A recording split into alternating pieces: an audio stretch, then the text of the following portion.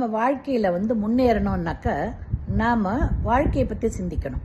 எப்போ பார்த்தாலும் சில பேர் தன்னால் முடியாதவங்க, சோம்பேறியாக இருக்கிறவங்க அடுத்தவனை பற்றி குறை சொல்கிறது, அது சரியில்லை, இது சரியில்லை, இல்லைன்னா நான் அதை சாதிச்சிருப்பேன், இதை சாதிச்சிருப்பேன்னு இந்த மாதிரி குறை சொல்லிக்கிட்டே இருப்பாங்க. அவங்களால எப்போவுமே லைஃப்பில் முன்னேற முடியாது.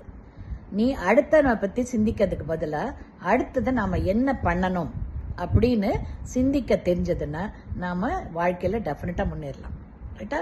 இன்னொருத்தனை பற்றி திங்க் பண்ணாதீங்க. அவன் கெட்டவனாக இருந்தாலும் நல்லவனாக இருந்தாலும் அதை பற்றி டோன்ட் வரி அட் ஆல். நீங்கள் வந்து நாம் வந்து அடுத்தது என்ன பண்ணலாம், ஒரு பிஸ்னஸை இப்போ கொஞ்சம் லாஸில் போகுது, ரொம்ப கெயின் இல்லையா, அடுத்தது என்ன பண்ணால் நம்ம இம்ப்ரூவ் பண்ண முடியும். ரைட்டா? படிக்கும் போதும் அடுத்தது இப்போ நம்ம குறைச்சல மார்க் எடுக்கிறோன்னா அடுத்ததாக நம்ம இன்னும் எப்படி நம்ம படித்து இம்ப்ரூவ் பண்ணி ஞாபகம் வச்சுக்க முடியும், அதுக்கு நீங்கள் சிந்தனை பண்ணுங்க. அப்போ உங்கள் வாழ்க்கையில் முன்னேற முடியும்.